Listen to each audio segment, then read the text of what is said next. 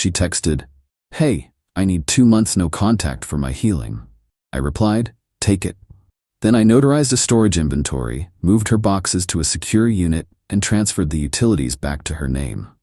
The moment the power shut off, her healing ended with a panic call. I, 29 male, got an interesting text from my girlfriend Sloanie7 3 weeks ago. We'd been together for 2 years, living together for the last 10 months in my apartment. Here's the backstory. I've been renting this place for 5 years. 2-bedroom, decent neighborhood, rent controlled at $1,400 a month. When Sloan moved in, we agreed she'd cover utilities and groceries since I was covering rent. Seemed fair.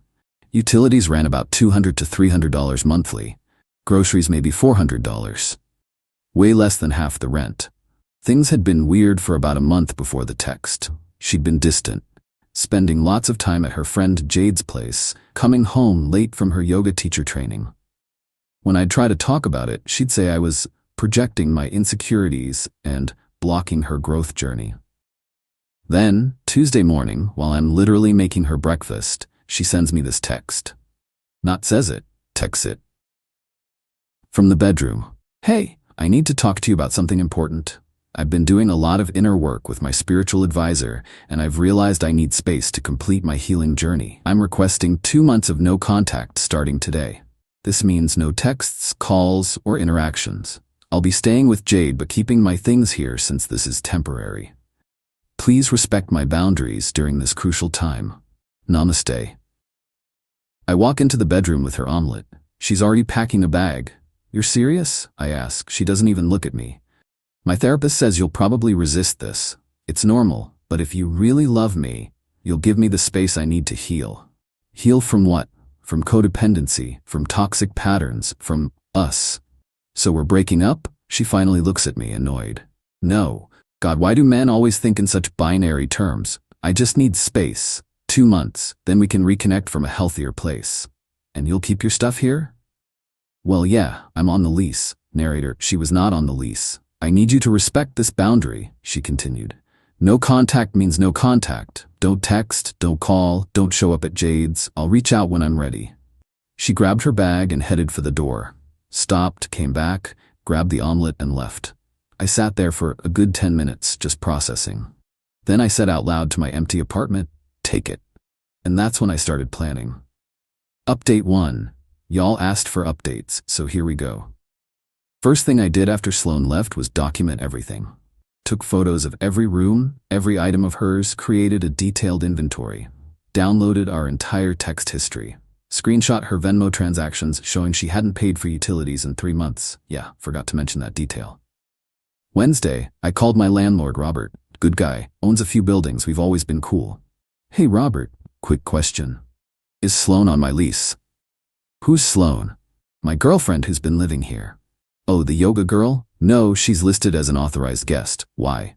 "She moved out. Temporarily," she says. "Wants 2 months of no contact to heal." Robert laughed. Actually laughed.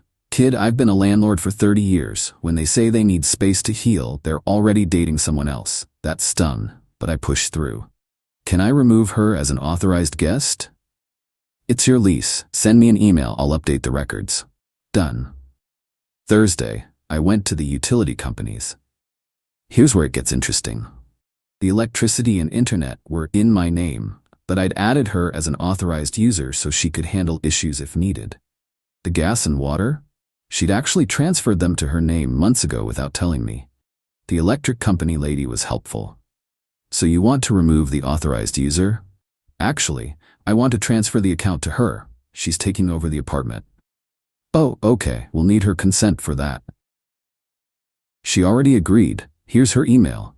I showed her the text about keeping her things there and being on the lease.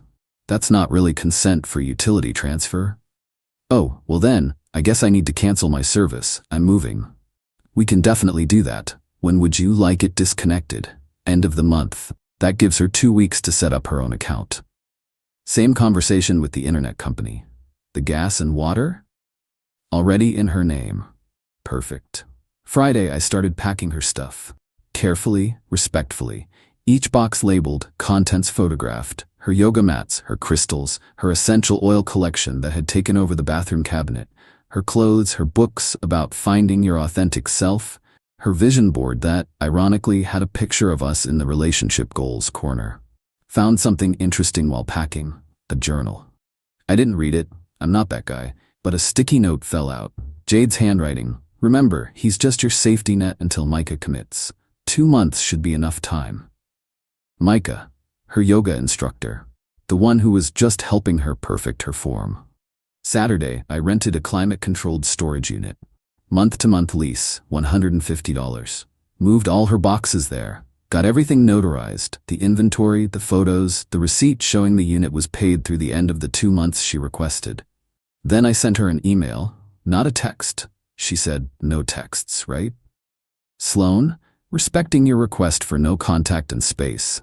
Since you've moved out, I've packed your belongings safely and securely. Storage unit details will be provided when you're ready to reconnect after your healing period. The apartment remains available for your return once you've signed a sublease agreement. Wishing you peace on your journey. Update 2. The first 2 weeks were quiet, suspiciously quiet. I'd unfollowed Sloan on everything, respecting boundaries, but my buddy Colton still followed her Instagram. He sent me screenshots and holy hell. Her posts were all about choosing herself and breaking free from toxic situations. One post literally said, sometimes you have to leave people where they are and focus on your own elevation. If they're meant to be in your life, they'll do the work to meet you at your new frequency. The comments were gold. So proud of you for taking space. He doesn't deserve your divine energy. Your practice has been so much stronger since you released that dead weight. Dead weight. I'm paying rent for an apartment storing exactly 0 of her belongings, and I'm dead weight. Day 10, things got interesting. Colton texts me a new screenshot. Sloan posted a story from what was clearly Micah's apartment, recognized the exposed brick wall from his YouTube channel where he does yoga for digital nomads or whatever. Caption, grateful for spaces that nurture growth. Jade commented, get it girl, he's probably crying into your pillow right now. Jokes on them. I'd bought new pillows, the hypoallergenic kind, since I'd been sneezing for 2 years not realizing I was allergic to her lavender-scented everything. Day 14, the big day. End of the month. 8 p.m., I'm playing Call of Duty with Colton when my phone starts buzzing. Not texts, calls, from Sloan. I don't answer. No contact means no contact, right? She calls 8 more times. Then Jade starts calling. Then a number I don't recognize. Probably Micah's phone. Finally, a voicemail. What the hell did you do? The power is off? The internet is off. I came to get some stuff and nothing works. This is illegal. You can't just shut off utilities. I live there. Call me back now. Then Jade leaves one. You're seriously messed up, you know that? Sloan is going through a spiritual awakening and you're playing petty games? She has rights. We're calling a lawyer. I texted Colton. They're at the apartment. Bro, didn't you say she wanted no contact? Me. Guess her healing required my Wi-Fi password. Update 3. The next morning, I woke up to 37 missed calls. Not texts because she was still respecting the no contact boundary by only calling. Make it make sense. I didn't respond, but I did check the apartment building's Facebook group. I'm still a resident for 4 more months, after all. Sloan had posted, urgent, does anyone know why the power and internet would be shut off in Unit 3B? The landlord says I'm not authorized to get information. This is my home and I'm being illegally evicted. Any lawyers in the building? Robert, beautiful Robert, responded. Miss Sloan, you are not now, nor have ever been, a tenant in Unit 3B. The authorized tenant has informed me you've moved out. If you're having utility issues, perhaps contact the utility companies to establish service in your name. Her response, I never moved out. I'm temporarily staying elsewhere for mental health reasons. Robert, ma'am, you texted the tenant that you needed 2 months of no contact and would be staying with friends. That's called moving out. She deleted the post. That afternoon, I get an email from her. Subject line, urgent, response required. This is formal notice that you are violating my rights as a tenant. I have established residency through the following. Receiving mail at this address, Amazon packages count, personal belongings on premises, where are my things? Verbal agreement to share expenses, I bought groceries sometimes. Intimate relationship with leaseholder, Irrelevant, but whatever.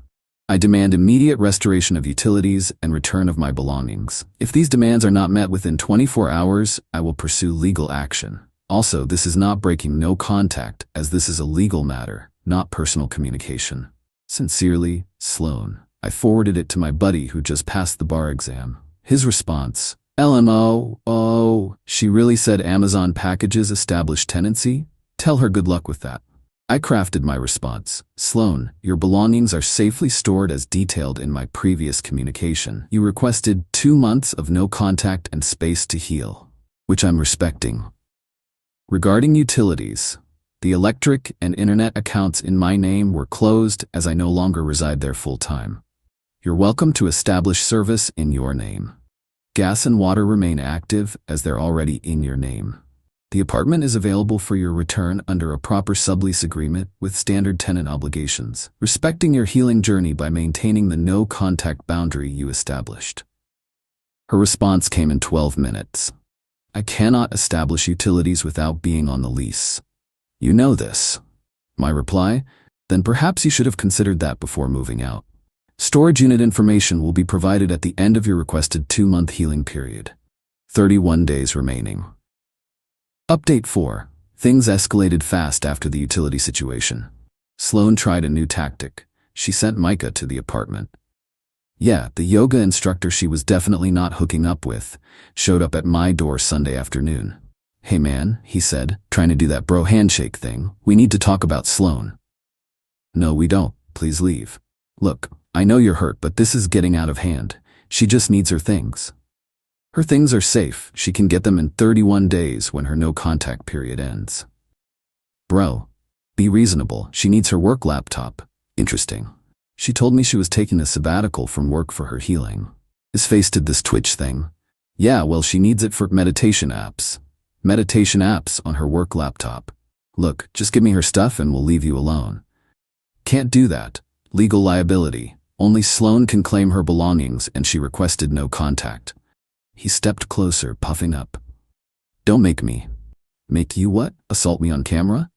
I pointed to my video doorbell. Please, make my day. He deflated and left. 20 minutes later, Sloan emails again. Micah says you were aggressive and threatening. This is harassment. Also, I need my laptop for work. I lied about the sabbatical. Happy? I'm still working because someone has to be responsible. I didn't respond, but I did check something. Called her company's HR. I knew the number from when she'd made me call in sick for her multiple times. Hi, I'm trying to return some equipment that was left at my apartment. Laptop and some other devices belonging to Sloan. Oh, yes, we've been trying to reach her. She hasn't returned company property since her termination 2 weeks ago. Can you bring it to our office? Termination? Yes, job abandonment. She stopped showing up 3 weeks ago. No call, no show. We had to let her go. Interesting. So she got fired before she asked for no contact. I emailed Sloan. Your company contacted me about returning their property. I've coordinated with their IT department for pickup from the storage unit. They'll be in touch about the termination paperwork you haven't completed. Her response was immediate. You had no right to contact my employer. Former employer. They contacted my landlord looking for you. I was helping return their property. I'm going to sue you for everything. For storing your belongings safely and returning stolen company property? Good luck. Radio silence for 12 hours. Then at 2 a.m., the real panic set in. Please, I need my things. I can't afford a lawyer. Micah's roommate is coming back from abroad and I can't stay there. Jade's boyfriend is fed up with me being there. I have nowhere to go and no job. And my things are in storage, and I can't even afford to get the electricity turned back on, and the gas bill is overdue, and I didn't respond. No contact means no contact. Final update. The 2-month mark is still 3 weeks away, but this story has reached its conclusion. Last Tuesday, I get a call from Robert, the landlord. Hey kid, thought you should know. Your ex showed up at my office crying, asking to be added to your lease. Said you two had reconciled. We haven't even spoken. I figured, but here's the thing. She's 3 months behind on the gas bill. They're shutting it off tomorrow. Remember how she'd put the gas in her name without telling me? And apparently hadn't paid it in months while I thought she was handling utilities? Also, Robert continued, She said she's been staying in the unit. Is that true? I haven't been there in 3 weeks. She has no key. She told me you gave her one. Check your records. I only have 2 keys, both in my possession. Turns out she'd been climbing in through the unlocked bathroom window. The one she always complained about me wanting to fix the lock on because who's gonna climb up 2 stories? Robert was not amused. That's breaking and entering. I need to evict her. She's not a tenant. Just call the cops. Already did. Wednesday morning, Colton sends me screenshots from Sloane's Instagram. It's a rant about narcissistic exes and financial abuse, and the system protecting abusers. But the best comment was from Micah. Stop posting about this. You said you were single when we started dating. This is getting weird. Oh, she told him we'd broken up months ago. He thought he was dating a single woman, not helping her cheat. The comment section exploded. Jade tried defending her, but even she seemed confused about the timeline. Someone from Sloane's former job commented, "Didn't you say you quit to travel with your new boyfriend?